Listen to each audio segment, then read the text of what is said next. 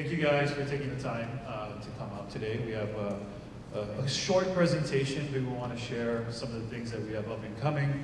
I wanted to start off with just welcoming everyone.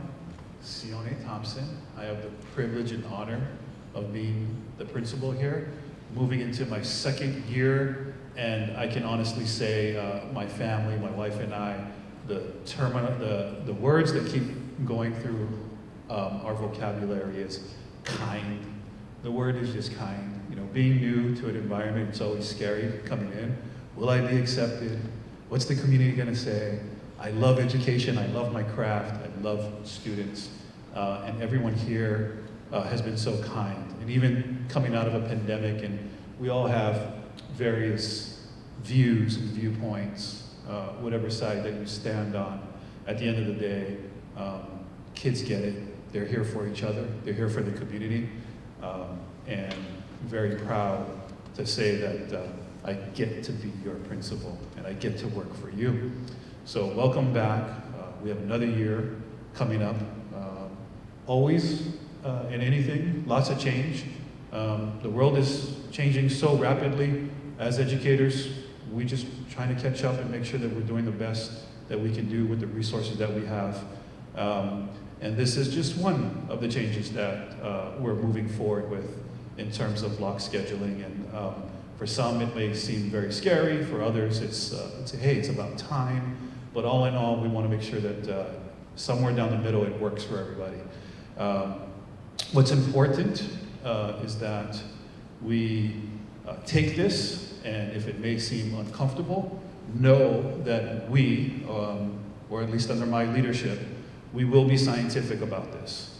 We will look at this to see what the results are. We will look in October to have feedback from students, from teachers, from other outside educationalists that will look at what we're doing in our practices, and of course our parents. So in October, we'll have that opportunity to look at how far we've come, what are we doing, what are our practices, what's working, what's not working. And at that time, if we need to pivot, if we need to change, we need to adjust, we will, based upon the data that we are seeing coming into this new opportunity with block schedule. So just know that we will be academic about it. We will have an opportunity to look at this October towards the end of the first quarter. And want to share with you the team that we have. Many of you already know Dr. Barnes. Dr. Barnes, you'd like to say hello? There you are, Dr. Barnes, who's been with us. She's been pivotal in moving this forward. Assistant Principal, Patrick Mulligan. He 2-for-1 special, we shop at the same store. And we'd like to bring Ms. Heather Basher, with many of you know. We want to congratulate her as she moves from our ASB to our assistant principal. So we also have Ms. Basher. Also, we have someone who's from this community, an alum, been here for a long time. We'll be very, very lucky that Mr. Andrew Jones has said yes as our athletic director back there. He's waving at us. Thank you, Mr. Andrew Jones. And we have a few other folks in the audience. I won't pick on you yet, but thank you for being here. So that's us, and welcome. And as we move forward, we'll go into the next slide, and what we want to start with is some historical context.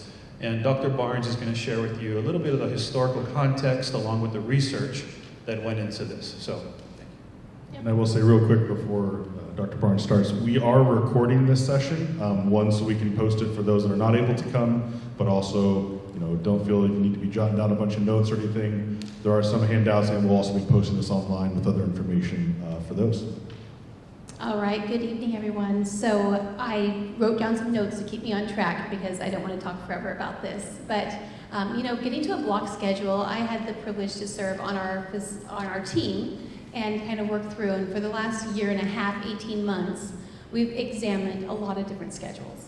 But it's more than 18 months that we've been working on this. In 1994, the community voted to build the first part of this building, which is our original Pine Street campus. And it opened in 1998, and it was designed with rooms for block schedules. In fact, rooms 119, 120, and 121 have folding walls in it to allow us to be able to collaborate in our classes from class to class. And we have other rooms that were set similar for that. Budget cuts in that era, in that time, caused us to have to make adjustments there, and so we weren't able to move forward with the plan.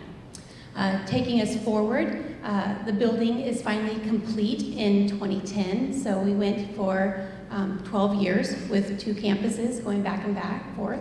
And in 2010, the campus was complete, and now it was time for us to start moving forward again. And we decided that before we could ever move to a block schedule, we had to better engage our students in classes.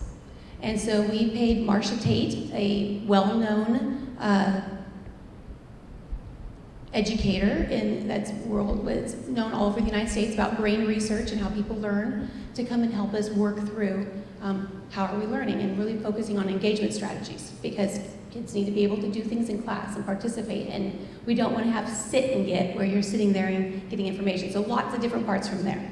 And then in 2013, the first group graduated from here, and we were really able to see there was just a hike in anxiety taking place. And so we were putting our plans together, looking at it, and we weren't quite ready to make the change because just had a lot of debate. What's best for kids? How do we move back and forth with this?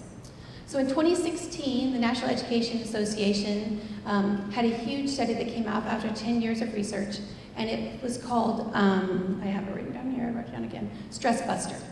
And it focused on how does a block schedule help slow down the day, help kids work through having 4 classes a day or 5 classes a day instead of having 7 or 8 classes a day, and how to transition from place to place. And did it help or not help? And so we used that research and said, looks like it's working that way. So 2018, we're ready to do some pilot work and kind of start getting our teachers trained to do different work with that in a very small group, really focused with CTE teachers and science teachers that were working together on this. And then you know what happened in 2020, right when we were kind of getting ready to do our next round, and that slowed things down. In 2020-2021 school year, we did a 4x4 block in which students had classes for 9 weeks, 4 classes, and just those 4 classes for 9 weeks. We decided overall that was not the best option for us at that time because it did not let students take a core course for the entire year, because they might only have 2 terms of like auto shop, and then they wouldn't get that again until a year from then. And so we were looking at how can we make this work to help out. In 2014, Salem Kaiser opened up a CTEC, and when they did that, their Career Technical Education Center, they put all of their schools back onto block schedules in Salem, and it really opened up doors for more engagement. So lots of research being done over time. Big picture, in the end, the pandemic is getting through in 2020, and the school year ended in 2021, and our entire staff voted on what we thought would be best for students. And in 2021, we voted with 76% of our staff that we wanted to move to a block schedule. And then we spent the next 3 months, 2 times a week with teams meeting to work that direction. We decided not to start with the new block schedule in last year, 21-22, because we felt like we needed transition time to help get people ready to move there. And that brings us to now, in 2022, which I'm really excited about, as we're ready to really start moving forward and going from there. And I mean, we've read books, and I just grabbed a little pile from the side here that we've read over the last 5 years, back and forth. We're reading right now Tomorrow's Future for our students, which was published in April, and it really focuses in on what's the next step and how do we help students have an amazing high school time where they are both college ready and career ready for their future. And so as we do that, this was really the transition point that we needed. So I think that kind of covers where we're at, and I'm happy to answer questions at the end individually. Thank you, Dr. Burns. Our next slide, where we have some of the benefits of the block, and just for the first one, what I wanted to share is when I first came here, the commitment that legislators and this district had towards fulfilling education and educating the whole child is very apparent and clear. You don't get a theater and CTE programs and the money to build and stand up these amazing programs, the art room, the band room, the ag courses that are out there, business, and all of the things that we have sitting in this beautiful 600-seat theater without some intentionality and commitment. And that intentionality and commitment needs to be honored. What's happening throughout our country, you guys are seeing, the first thing that happens when we go through budget cuts is we start to lose those extras. We start to lose PE, the arts, the CTEs. And we have to make difficult decisions as administrators. We start to see which classes start to cannibalize each other in terms of where our students don't have those options within their schedule. And then we have the overbooked child, that they're taking all of these courses within a short amount of time, and we're trying to get them to graduate on time. And it doesn't leave any wiggle room for the extras. Or if there's even, and I know none of your students in here fail a class, but the number one we wanted to share with you in a 4x4, it opens up one more opportunity. Essentially, that's 4 more opportunities throughout the tenure of a high school student. That's equivalent to what once was in a 7-period schedule, half a year. So those opportunities now present itself where we can start to fill more opportunities, more classes, CTE, open up more options. So that's something that we felt that I think is going to be a huge benefit for one more class. And kind of want everybody in here to share what they feel about number one. So, Mr. Mulligan? Yeah, the other piece too that this adds to is our teachers went from teaching 6 periods out of a 7-period day, because they each have a prep period, to teaching 7 out of 8. So not only does it mean our kids have an extra course, it also means that there's an extra opportunity. So for example, Culinary Arts 1, which is like our number 1 requested elective usually every year, we're able to add another section of that each semester.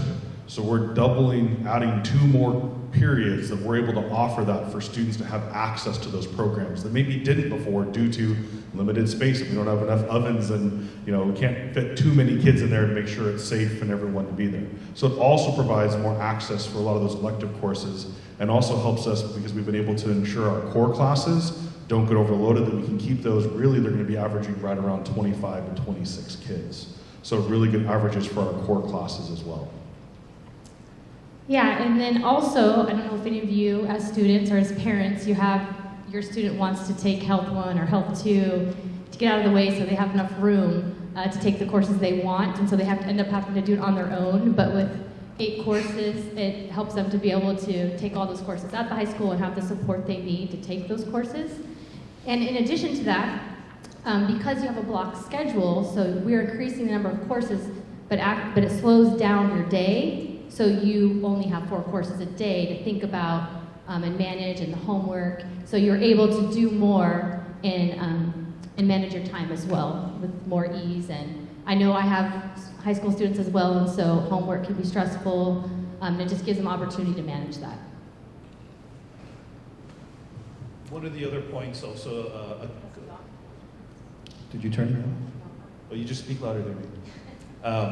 Is also that it's a rotating, so you don't have every class every day. Of course, there's benefits to that as well. It gives you opportunity to practice. You can go in depth. So the question is, it just looks different because there are some content areas that it is beneficial to have that contact point every day. It may not be a classroom contact point with direct instruction from my instructor, but it doesn't mean that there isn't supplementary and supportive material that can be given to the students before our next meeting. So if I meet with you on Monday, Wednesday, Friday, on Tuesdays, I have in my syllabus, in my Canvas, or in my Google Docs, things and supportive material for you to touch up on before we meet again. So there's just a modality and a methodology that some subject matters, yes, benefit from touch points every day. Those touch points just look differently in a rotated schedule. Number two, we talked about a little bit, but I said I wasn't going to pick on Stacy White, our counselor in the audience right now, but maybe I'm going to walk over there and ask her that coming out of COVID, we started to see some differences in what we were handling. Therefore, we had to resource ourselves a little differently. We saw different needs lining up outside of our counseling office. And those needs, I'm going to ask Stacy, I'm going to put her on the spot. I'm going to walk slowly so you can think about it. What some of those needs are and how a longer schedule could look like in terms of a resource for those kiddos. More so, what were some of those needs that say, hey, as counselors, we're seeing a whole bunch of other things that we may not have had to deal with in the past.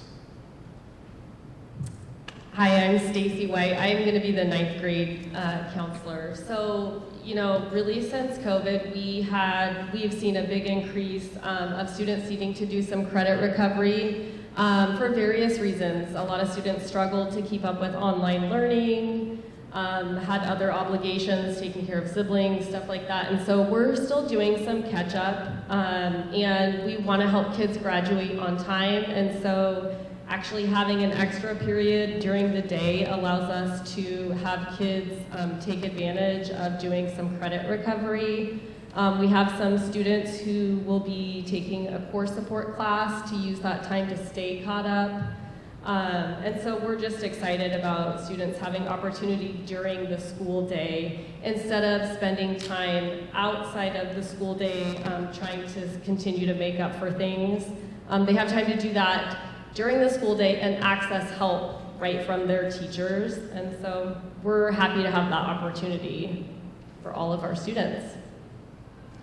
And I think right along that, one other piece too that it helps is students that are receiving special education services, EL, English language development services, any outside services supports where they're maybe missing another class to have, whether it's for credit recovery, for specially designed instruction, for other resources support, they oftentimes lost that elective. And so if they were taking 4 or 5 core classes and took one other, that really left no other opportunity for those engaging choice classes that they really wanted to have. And a block schedule of 8 periods allows more access so students that can still work on our core support, work on getting the graduation requirements, work on getting the help and support they need, and still access the full course work and load that is available for all students. All right, I did touch on 3 already, but I'm gonna go ahead and jump to 4 here, which is greater opportunity for deeper learning in the classroom. So in a 45-minute class period, it is very difficult for students to not only take in, process information, and then do and be able to apply that in some format, to do projects, and to really do hands-on, active, engaging learning. So this provides us that opportunity, having an 80-minute class period. It really helps us to really engage students' minds in meaningful work and meaningful learning. And in addition to that, it also opens up the door for us to have more time in a class period to bring in experts and have career opportunities for our students, to access them without missing lots of school, or as much school in a school day if we have those opportunities, or as much of one of their classes in a school day, and it just deepens what we can offer. And I think I'm going to hand this to Kirsten because I think she has some good information about the career piece of this. Sorry, I'm going to give her time to think too.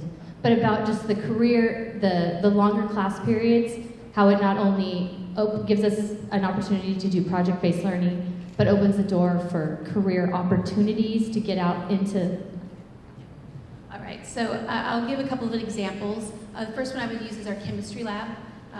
We have chemistry, and when you're doing an experiment and you get something to the boiling point where you're going to watch and see what it does, the bell would ring on us most of the time because we were coming up on the end, it's time to get cleaned up. And we want to give students the opportunity to go into that next piece where they can actually finish an assignment in one period and not have to replicate something over 3 and 4 days at a time. And so we want to just make it easier for students to be able to work through that. In terms of career and technical education, we have so many opportunities nearby us for students to be able to really explore. We go to Hubbard quite often to go look at some of their specialty. They have an aerospace engineering lab there that we've had the opportunity to go to, and it's just been a great chance to go. But if we take students there, we actually have to leave and miss 2 or 3 periods of the day.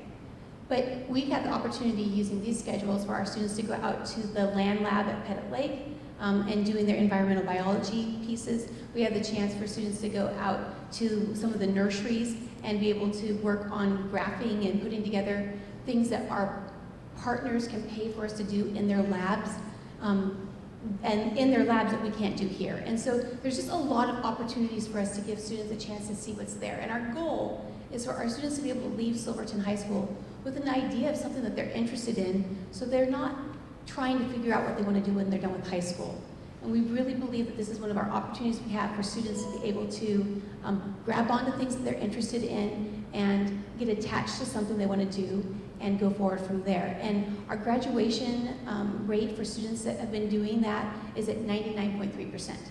So our goal is to have all students at Silverton High School start finding what they're really interested in, what they want to do, and help attach them to those things so that they don't have a flounder stage after high school where it's scary and they're not sure what their next step is. They might not know what their next step is, but they'll know how to go forward and where their next places that they're looking to go. So that's kind of one of those pieces. That was good. Just to touch up on number 3 as well, and I use the caveat of when done well, right? So we're going to come out of the gates, we're going to do the best that we can, we're going to professionally develop and go through things and have preparations in order to get to that point of excellence. But when done well, and we have enough time, we definitely want to, number 3, ease the student daily management of their material. What a lot of times happens in a 45-minute block when you have all 7 or however many periods in a day, every day, as teachers, as educators, we're in a rush. We're in a rush to get through the material, and what we don't get to becomes homework. And that's when you have the 3, 4, 5-hour homework fatigue with a lot of, with which you see a lot of. And then we came through this thing, and we'll try to use parent-friendly language. We use acronyms and crazy language as educators all the time. But we started to hear, and maybe you guys heard some of this a few years ago, maybe 5, 10 years ago, about flipping the classroom. And what that was is because we had that fatigue of our children just buried in work, because us as educators were trying to get through the material, and everything else became homework. It became practice outside of the classroom. Well, with a longer block, we can bring that, flipping the classroom became, well, let's do all the things that we can in the classroom and not force students to have to practice all these materials for homework. And it became something that led to longer periods a while back. So with a longer period, the hope, and done well, when we practice enough and we get good, is that we can dive a lot deeper and we can practice those things that we would typically put in a backpack and send our kiddos home with. That we can do that in the classroom. We practice that, we do it, we make it applicable, and we don't have to have that 3-hour fatigue of homework. I remember going to school, I went to Catholic school, and it was, if you don't have 3 hours of math every night, then we're not doing it correctly. We know that that doesn't work. So that's just a touch up on number 3. Path for the future. So some of the things that we look was we backwards map. We say, well, where do we want to be 5, 10 years out? And does this align with our goals in meeting them? One of the things that we know we wanted to do is our district guarantee viable curriculum. And you'll hear that often from our superintendent.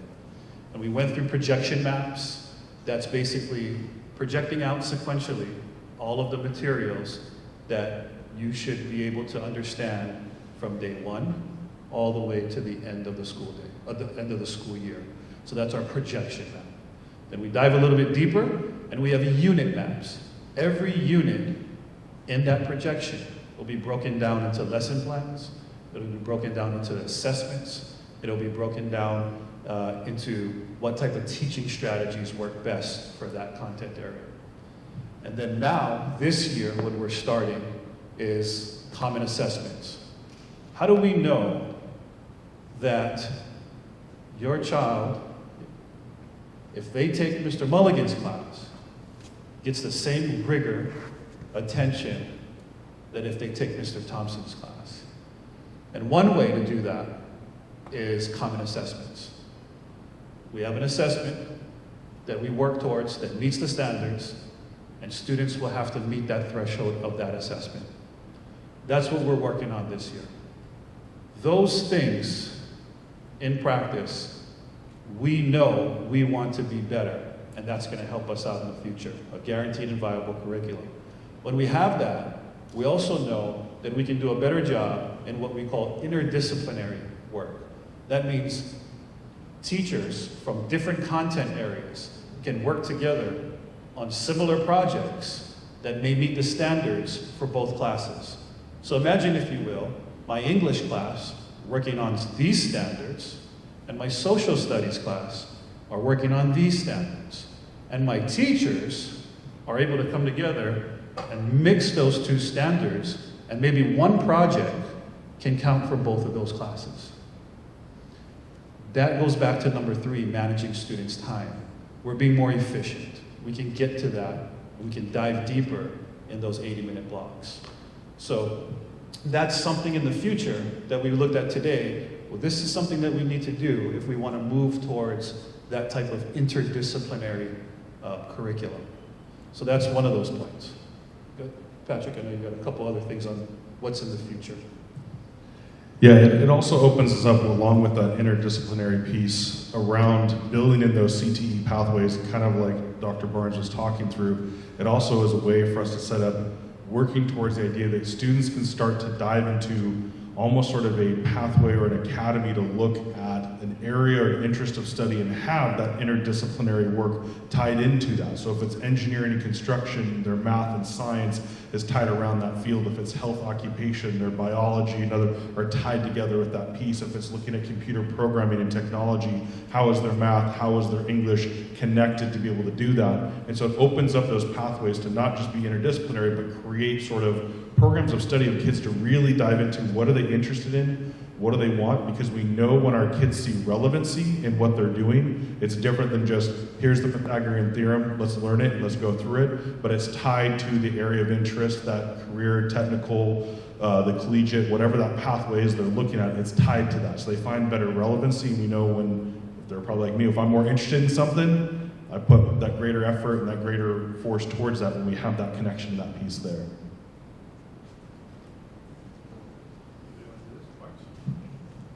So, yeah, so this is what it looks like. I'm going to ask Dr. Barnes to kind of go over this, but here's the reasoning. And this is what our what AB means, what 1, 2, and 3, and what this all means. All right, so we'll just break this down real quick. We are doing an AB modified schedule. So Salem Kaiser does an AB schedule where they have one class one day, one class the next day, over and over again for the whole year. When we met with our teacher group, one of the core values that we came to consensus on was that we wanted to see students at least 3 days a week. And so we decided that this modified schedule would help us. So in terms of our block, we have on the A days, they'll have periods 1, 3, 5, and 7, 1 and 3, and potentially 5 could be before lunch and 7 after. There'll be a lunchtime, they have their 30-minute lunch in between, and we have something called homeroom or Fox Flex time. And that homeroom Fox Flex time is designed to, it's not advisory group, but it has a different meaning for it. And we needed to rebrand what we're doing with our students to help them move forward with their decision making. And in this decision, our Fox Flex time is really focused on helping our students come up with their plan for themselves. What do you need? And so instead of being assigned to a teacher that's going to help you do through all your college and career planning, you're going to be assigned with a teacher in a homeroom that's going to support you, be a part of your community, help you build your friendships, help you work with your peers, work through your daily life. But the time when we're going to be working on those graduation pieces, we're going to be pulled out to work with experts. And we have different groups that have volunteered, and we work with a lot of different individuals to come and help us work through that. So a student who wants to be an apprentice, become an electrician, a plumber, a pipe layer, any of those different things, I'm going to have the opportunity to work with all those students during a set period of the day and help them kind of make those plans put together. So that's really important as we look through that. In terms of the schedule, 80-minute periods. On Wednesdays, they're going to be 78 minutes long, and that's because Wednesday is the day that the district is doing professional development, 1 hour early release. In order to make our classes work together, we're going to go 78 minutes for classes. There will not be flex time on that day because we're going to cut that time out because that's the time that we will be doing our professional development at the end of the day. So kind of just walking through that. If there is a day in the week where there's no school, so example would be on Friday, November 11th is the first holiday of the school year, and it's on a Friday. So we want to make sure that our classes are even, so on that week, we will have an A day on Monday, a B day on Tuesday, an A day on Wednesday, and a B day on Thursday. And so our goal is to provide opportunities to keep things even, to have kids have the same classes, know what's going on in each of those different places. And so that's why you guys are provided with a schedule. Kids picked them up when they were registering that showed if it was an all day, an A day, a B day, or a special schedule. The special schedule days focus on their career-related learning and things that they're going to be interested in doing with their long run. The state of Oregon requires them to have a graduation plan, a graduation profile, community service, and career-related learning experiences. Those days are designed to help us meet those goals with people who give them opportunities to really explore and not just hear about it from someone else. And so we're really focusing in on those things. Yeah, one other piece to hit, we hit the extension's office hours piece. So you will see on there the extension office hours 3 o'clock. So our school day for students will be at 3 o'clock. So students will be done at that point. Our buses are set to show up right at sort of that ending piece for those that are taking the buses home. However, we want to also build this in because we know oftentimes for families and students it's, can I find that opportunity to meet with my teacher? I need to question about this homework. I need help with something. I want to connect. And so there is that time set for expectation of teachers that they are available for students to be able to meet with them, answer those questions, get that information, those pieces. Of course, we have that, and as we'll talk more during the flex time, the homeroom time, but there also is an opportunity for them to check in and connect with teachers during the school day. But it's just another opportunity to be able to say, hey, I'm stuck on this problem. Can you spend 5 minutes and go through this with me? Or I was gone last week. I kind of need to get a couple questions that I didn't get from the homework that I had. It allows them to have that opportunity to have office hours with their teachers during that time. So it will be end of the day 3 o'clock for students, but there is that availability for our staff to be available for students.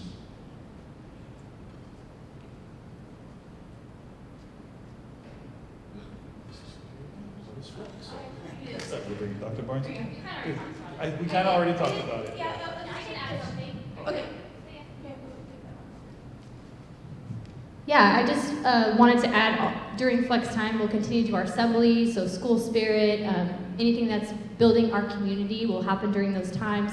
Our ASB, our leadership students, do organize a lot of just team building activities and events that students can be a part of, whether that's a fun fundraising event to help for Tree of Giving, or Best Fox Ever, where we're help raising money for SACA, a local organization.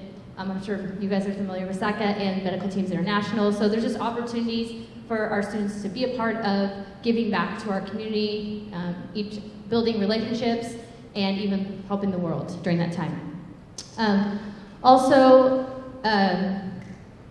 Mr. Mulligan already mentioned that there's going to be office hours. So, sorry, this is loud. So students will have an opportunity. Teachers they will have specified times where they will be available, and students can talk with them, and they can talk with students to make sure they can go there. They can retake tests, get help on any information or any content they need help with. In the past, we had something called RIE, which was Remediation, Intervention, and Extension. So we're trying to integrate that into this Fox Flex time. Also, students who are interested in specific clubs will have specific club meeting times, which has been difficult. So we're really happy to be able to organize and integrate that into our school day so everyone can access those opportunities. And one of the things up there, and I apologize, we're horrible in education of throwing acronyms up without explaining it. So the SEL that you see up there to meet stands, we're talking social and emotional learning that students, that we work on. And it's across all grade levels of their standards, the state of Oregon, that we cover. So things around resiliency, perseverance, personal growth, creating a welcoming and inviting community, things that we work on individually and as a group. And so a lot of those are tackled and will be covered during that flex time, and allows us to cover that. I just want to make sure you know, SEL, social and emotional learning, is what that stands for. Yeah, and we know that there are still questions hanging out there.